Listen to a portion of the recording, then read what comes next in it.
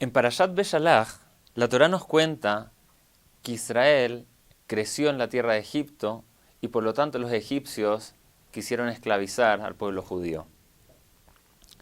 Y luego nos comenta sobre cómo Dios decide sacar a Israel de Egipto y conducirlos a través del desierto para entrar a Eretz Israel.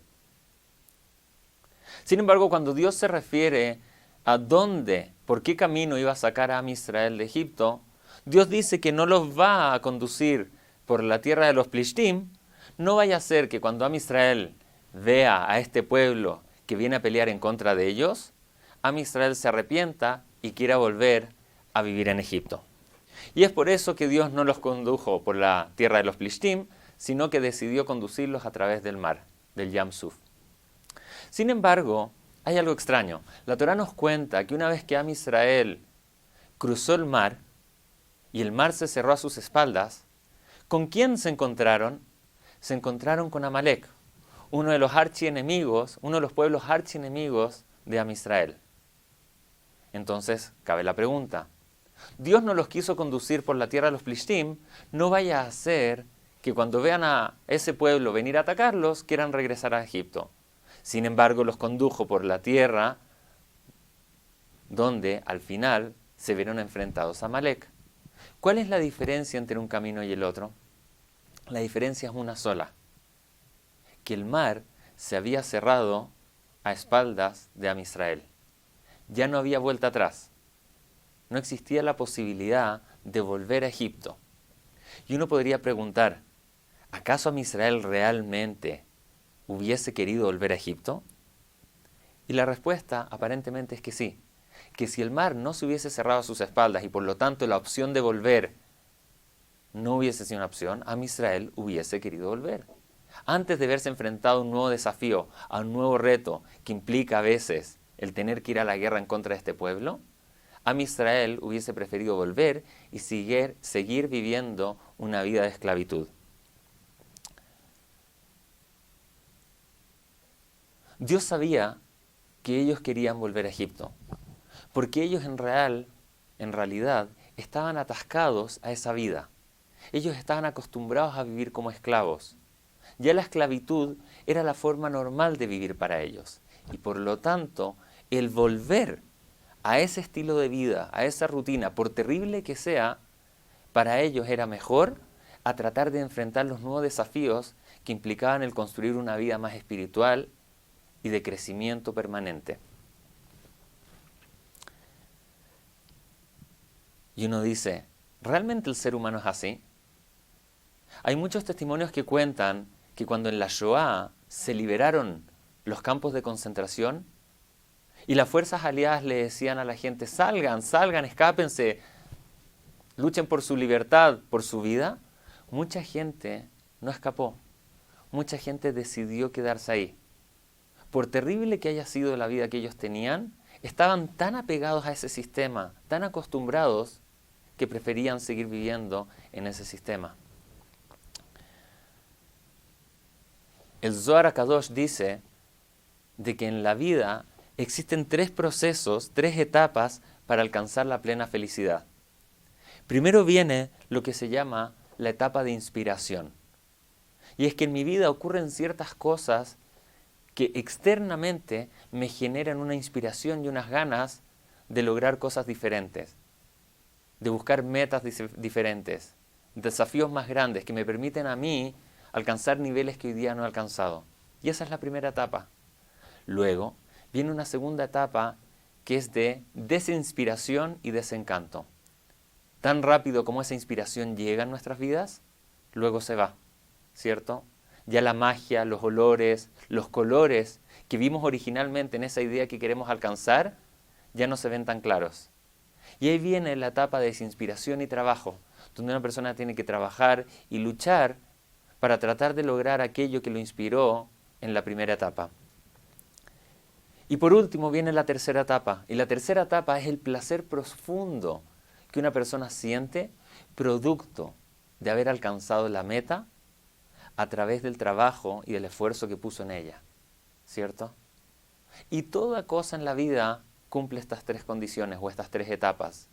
En todo momento en la vida hay un momento de inspiración, luego viene el desencanto y el trabajo, y luego viene la recompensa final, el placer profundo, que es incluso más grande al placer que se sintió en la primera etapa, a esa inspiración inicial, porque ahora ese placer viene producto de ver el resultado de mi trabajo y de mi esfuerzo. Lo vemos en el matrimonio, en el amor. Al principio uno conoce a una persona y es todo color de rosas y es todo lindo y quieres abrirle la puerta del carro y quieres invitarla y la encuentras la persona más linda del mundo. Pero luego de un tiempo que uno está con esa persona, como que esa inspiración baja y ya no se siente lo mismo y ya no se siente un cosquilleo en la panza y ya la persona no te genera lo mismo que antes. La mayoría de las personas fracasan en sus relaciones de pareja porque no se dan cuenta que es normal que esa inspiración se vaya. La gente cree, ya no siento lo que sentía antes, debe ser que ya no la amo. Y por lo tanto, la dejan y buscan a otra persona. Sin embargo, el éxito en las relaciones de pareja está en darse cuenta que esa desinspiración es parte normal del proceso en la vida. Y que lo que una persona tiene que hacer en ese minuto es ponerse a trabajar para tratar de construir una relación más profunda, más cercana, que luego va a dar paso al tercer nivel. El tercer nivel es cuando yo soy capaz de tener una relación con alguien impresionante, profunda, cercana, de unión, producto del trabajo y esfuerzo que puse en esa relación. Como dije antes, la mayoría de la gente que se divorcia, la mayoría de la gente que no tiene un matrimonio exitoso, una relación de pareja exitosa, es porque no se dan cuenta que en la vida hay una etapa de desinspiración y de trabajo. Si nos diésemos cuenta de eso, escucharíamos menos de divorcios, escucharíamos menos de problemas de Shalom Bait. Y este concepto de estas tres etapas se aplica en todas las áreas de la vida. Una persona decide estudiar una carrera, voy a ser médico, ¿cierto? Voy a estudiar medicina porque quiero salvar vidas, porque quiero ayudar a la gente. Y la persona está inspirada y va y paga la universidad y se inscribe y se matricula y empieza a estudiar.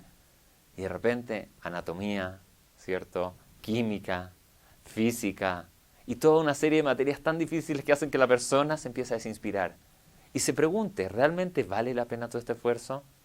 ¿Realmente es algo que quiero hacer en mi vida?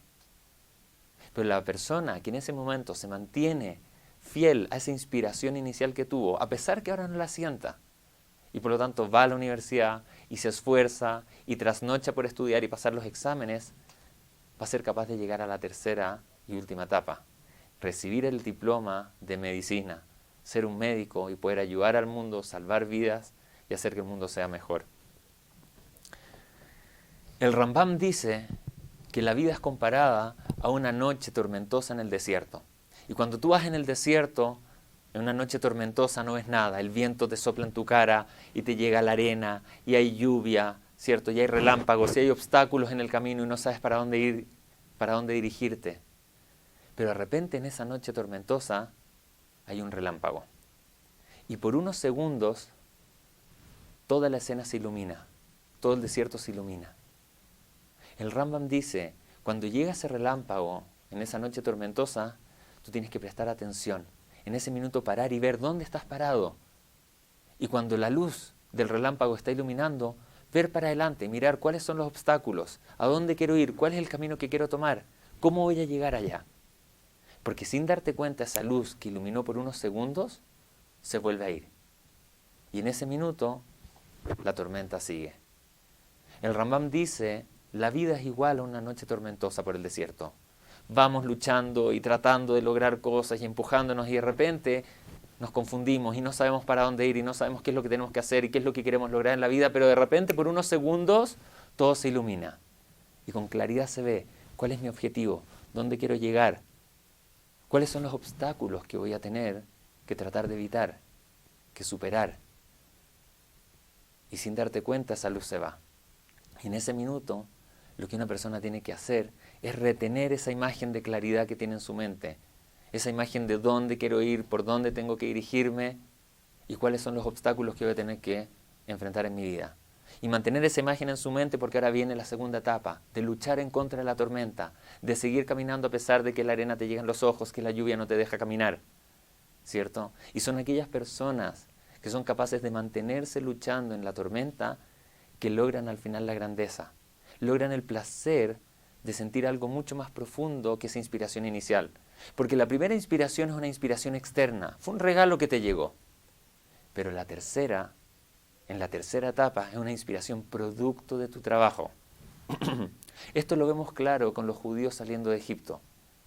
Cuando los judíos estaban en Egipto, eran esclavos, una vida dura y difícil. Y de repente llegó Dios y dijo, yo los voy a sacar. Y empezó a traer las 10 plagas. Y cada plaga era más impresionante que la segunda, que la tercera y que la cuarta. Cada plaga era impresionante y Israel estaba con los ojos abiertos, no lo podía creer cómo veían los milagros de Dios revelados frente a sus ojos. Esa es la inspiración inicial que los empujó a decidir salir de Egipto. Pero esa inspiración inicial fue un regalo, no fue producto de su trabajo, sino que fue algo que Dios les mandó.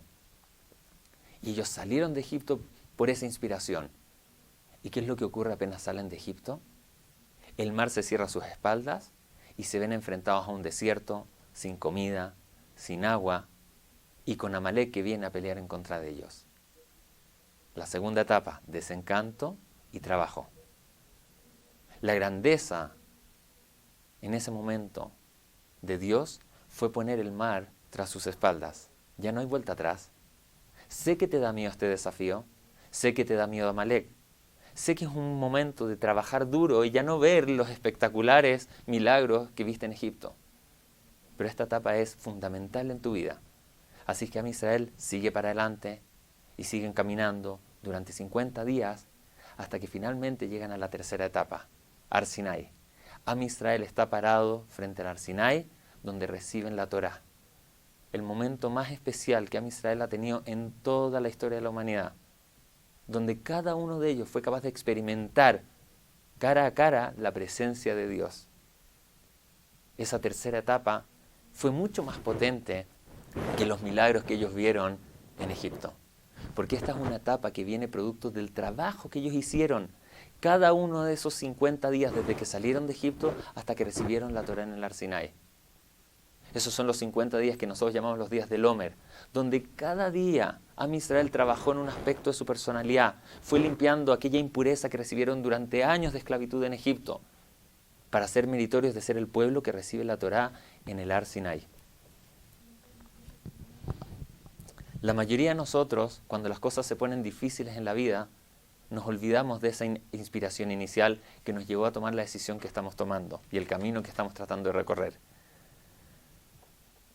Para lograr no abandonar la lucha, lo que una persona tiene que hacer es hacer que el mar se cierre a sus espaldas.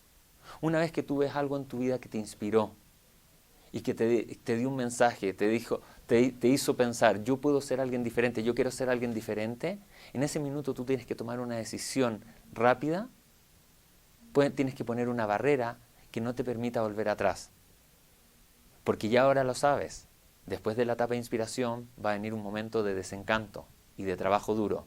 Y si yo no pongo el mar tras mis espaldas, entonces lo que probablemente voy a hacer es que voy a volver a tener la misma vida de siempre. Pero tú recibiste esa inspiración. Tú sabes que puedes lograr algo más. Pon el mar tras sus espaldas para así poder avanzar y no darte la opción siquiera de volver atrás.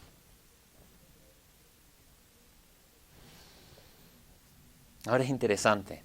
Los Jajamim dicen que cuando Israel estaba en Egipto, eran aproximadamente 12 millones de personas. 12 millones de personas estaban en Egipto. ¿Cuántas de ellas salieron? Solamente 3. Solo 3 millones de personas salieron de Egipto. ¿Y el resto? ¿Qué pasó con ellos? ¿Por qué hoy día no escuchamos de esa gente? Dicen los Jajamim que el resto de las personas murieron en la plaga de la oscuridad. La plaga de la oscuridad funcionaba de una forma muy interesante. Cuando llegó la oscuridad que solamente afectaba a los egipcios, esa oscuridad no los dejaba moverse. Era una oscuridad tan densa que aquellas personas que estaban sentadas no se podían parar. Aquellas personas que estaban paradas no se podían sentar. A un nivel más profundo, esa oscuridad representa lo que yo siento cuando tengo una vida de esclavitud. Está Israel, aquellas personas que murieron en Egipto, en la plaga de la oscuridad, murieron porque ellos estaban apegados a ese sistema de vida, a esa esclavitud. Ellos no concebían en su mundo el poder salir de Egipto y ser libres. Y por eso murieron en la plaga de oscuridad. Es interesante.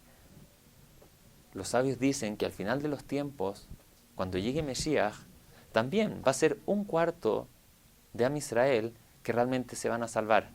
El resto no van a ser capaces de salir de su zona de confort para lograr un nuevo camino de crecimiento y espiritualidad.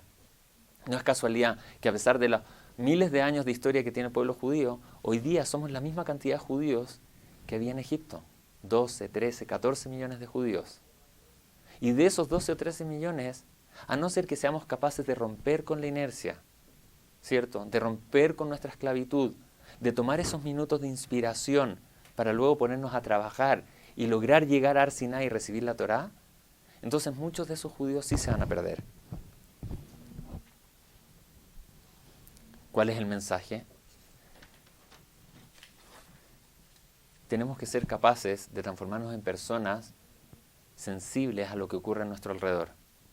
Ser capaces de ver esos chispazos de inspiración que nos llegan como un regalo divino. Que Dios nos manda esa inspiración para que salgamos de nuestra zona de confort, salgamos, ¿cierto?, de la rutina que siempre llevamos y seamos capaces de ver más allá y entender que yo puedo lograr otras cosas en la vida. La grandeza de la persona va a estar en ver esa inspiración y mantenerse apegada a ella en tiempos difíciles. Que cuando llegue el tiempo de la desinspiración y el trabajo, no me hagan abortar aquello que sé que es correcto de hacer. ¿Cierto? Sí, ya no veo color de rosas, ya no me genera un cosquilleo en la panza, pero entiendo que eso es parte normal del proceso en la vida. Y que si no soy capaz de trabajar en esa etapa, nunca voy a lograr transformarme en alguien diferente a quien soy hoy día. Uno de mis rabinos, que en paz descanse, Rav Noah Weinberg, siempre preguntaba a sus alumnos, ¿cuál es lo contrario de felicidad? ¿Cuál es lo contrario de placer? Y la gente respondía, dolor. Y él decía, porque la gente responde que el dolor es el contrario de placer, me demuestra que vivimos en una sociedad decadente. Así decía. ¿Por qué? Porque el contrario de dolor no es placer. El contrario de placer es no placer. Dolor, decía él, muchas veces es el precio que tengo que pagar para tener placer. Ahora, dolor no significa que somos sadomasoquistas y que tenemos que pegarnos con un látigo en la espalda. Dolor significa esfuerzo, trabajo, consistencia, permanecer en la lucha, permanecer en aquella tormenta, en el desierto, a pesar que es difícil. Porque si me mantengo en la lucha, al final logro el placer mucho más grande, el placer que viene producto de mi esfuerzo. Y por lo tanto él decía, el contrario de placer es no placer. Dolor es el precio que tengo que pagar para tener placer. Mientras más fuerte el dolor, mientras más grande el esfuerzo que tengo que hacer, más profundo va a ser el placer que reciba. Ejemplo, si tú le preguntas a un padre, ¿cuál es la fuente de placer más grande que tú tienes? ¿Qué te va a responder? Mis hijos. Y si tú le preguntas al mismo padre, ¿cuál es la fuente de dolor más grande que tú tienes en tu vida? ¿Qué va a responder? Mis hijos. ¿Cómo puede ser? Porque todo el esfuerzo que yo tengo que poner como padre para educar a esos hijos y levantarme a las 3 de la mañana a darle la leche y levantarme a las 5 de nuevo a cambiarle los pañales, todo el esfuerzo y trabajo que pongo en ese niño es al final lo que construye una relación cercana con ese niño y ahí es donde yo puedo ver el placer producto de todo lo que yo invierto en él, en ver en qué se está transformando mi hijo. ¿Se dan cuenta? Entonces, el contrario de placer es no placer. Dolor, esfuerzo, trabajo es el precio que tengo que pagar para obtener placer en mi vida. Mientras más esfuerzo pongo, más profundo y espiritual va a ser el placer que reciba. 3 etapas en la vida. Proceso de inspiración, retener esa inspiración en mi mente. Luego viene el desencanto y trabajo. Entender que es normal el desinspirarse y que ahí es donde me tengo que poner a trabajar. Mientras más trabajo, mientras más me esfuerzo, más profundo y más placentero va a ser lo que sienta en la tercera etapa, que es disfrutar del resultado de mis acciones.